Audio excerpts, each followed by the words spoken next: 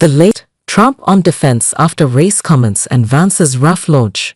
Donald Trump falsely suggested Vice President Kamala Harris had misled voters about her race as he appeared before the National Association of Black Journalists in Chicago. Donald Trump falsely suggested Vice President Kamala Harris had misled voters about her race as he appeared before the National Association of Black Journalists in Chicago. The Republican former president wrongly claimed Wednesday at the group's annual convention that Harris, the first black woman and Asian American to serve as vice president, had in the past promoted only her Indian heritage. Trump's interview, a source of controversy even before it even took place, was remarkably contentious, primarily because of his reaction to sharp questioning by ABC News' Rachel Scott. The appearance split the group's membership. Harris said Trump's comments on her race were the same old show and stressed the need for black women to organize for his defeat this November. Donald Trump falsely suggested Vice President Kamala Harris had misled voters about her race as he appeared before the National Association of Black Journalists in Chicago.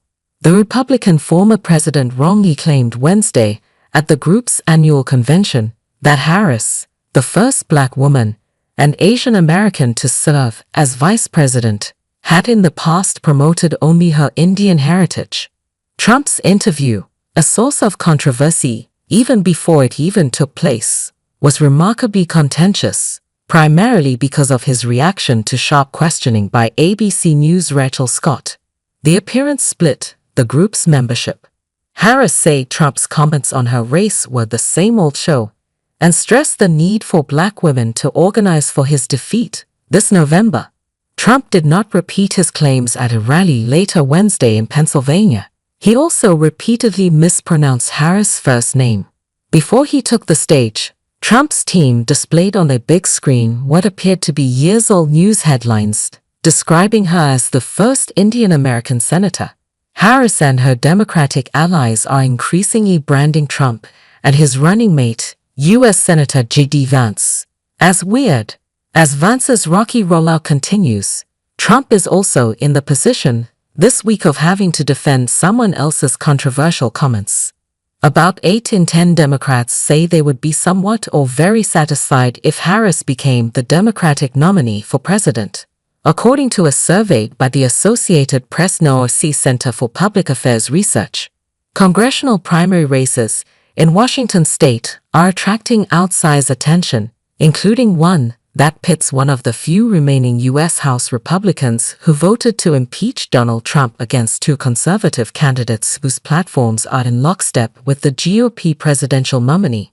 Another race in the state's moderate 8th congressional district, held by centrist Democrat Rep. Kim Schreier, has been shaken up by an upstart campaign by the executive director of the Council on American-Islamic Relations in Washington, who has made the Israel-Hamas war the centerpiece of his platform. And in the 3rd district, Trump endorsed Joe Kent is trying to unseat Democrat Marie Gluesenkamp-Perez, who defeated him 2 years ago. That race is expected to see one of the tightest general elections in the country.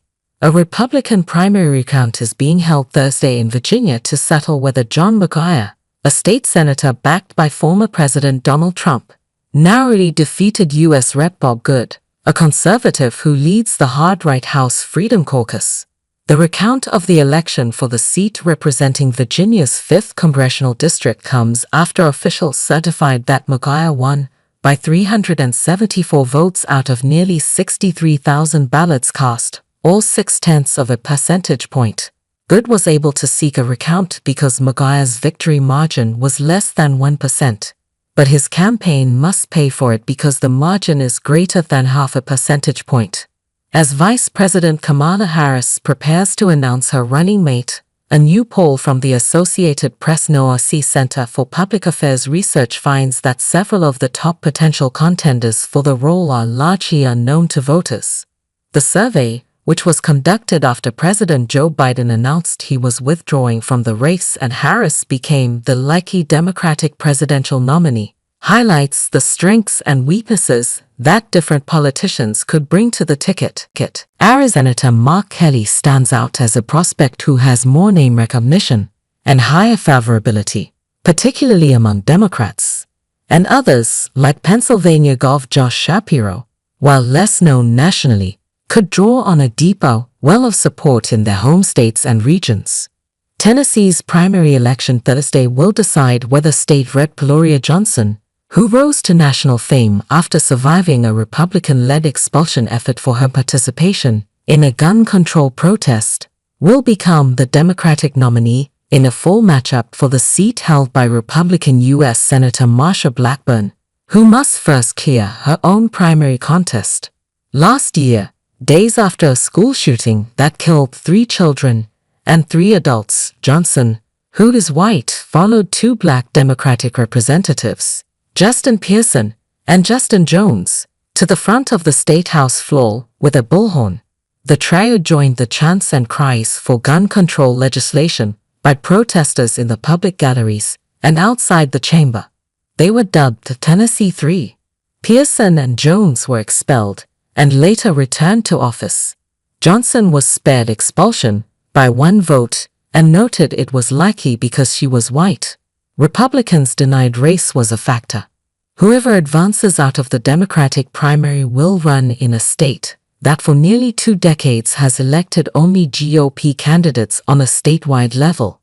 A Republican election official lost his primary race this week in Arizona's Maricopa County, an outcome that could significantly influence the way voting is run in one of the nation's top battlegrounds. County Recorder Stephen Richer lost to state lawmaker Justin Heap, who will face Democrat Tim Stringham in November. Richer had fought back against death threats, almost constant harassment, and streams of misinformation during his nearly 4 years overseeing elections in Arizona's most populous county. Richer will remain in office through the November election, but his exit early next year will end a term racked by controversy. His office splits election duties with the County Board of Supervisors and has had to fend off attacks over the results of the 2020 presidential election, as former President Donald Trump and his allies falsely claimed that widespread fraud cost him the race. The outcry from a group of Republican lawmakers, local officials, and grassroots activists spiraled into protests and threats that energized the campaign for his ouster.